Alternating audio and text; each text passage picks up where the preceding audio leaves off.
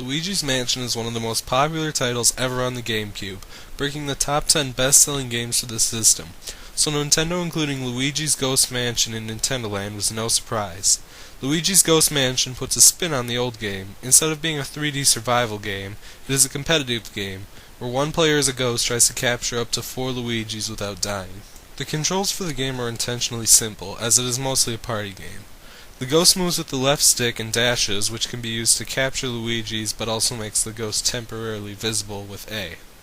Meanwhile, all the Luigis use the D-pad for movement and 2 to shine their flashlights, which can harm the ghost. The game relies heavily on the source material for its graphics, with the rooms being very similar to the mansion in design and the themes being greatly borrowed from, like the lightning flashes illuminating the darkened areas and just the general design. The game heavily relies on atmosphere, dark lights and eerie music, taken from Luigi's Mansion, and a sense of the unknown as you are stalked by an invisible enemy.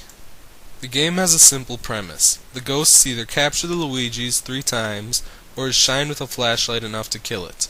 The game relies heavily on the cooperation of the Luigis, or if there aren't enough players, a reliance on the bots, who will spin their flashlights when near an enemy. As the ghost nears Luigi, the player's Wiimotes will rumble, and a question mark or exclamation point will appear over their head, but the ghost can also be spotted while it dashes, or if it has caught enough flash of light from the lightning. Part of the challenge of being a Luigi is also the limited battery on the flashlight, which if used too much will first decrease in range and then stop working until batteries are collected to recharge it. With simple controls and a fun premise, Luigi's Ghost Mansion can definitely be picked up and played at any time with almost anyone. It is certainly the peak of any small party minigame, but suffers from being too difficult for a lone Luigi to win. The ghost also seems to have quite an advantage with its large health and dash attack. Luigi's Ghost Mansion gets an 8 out of 10.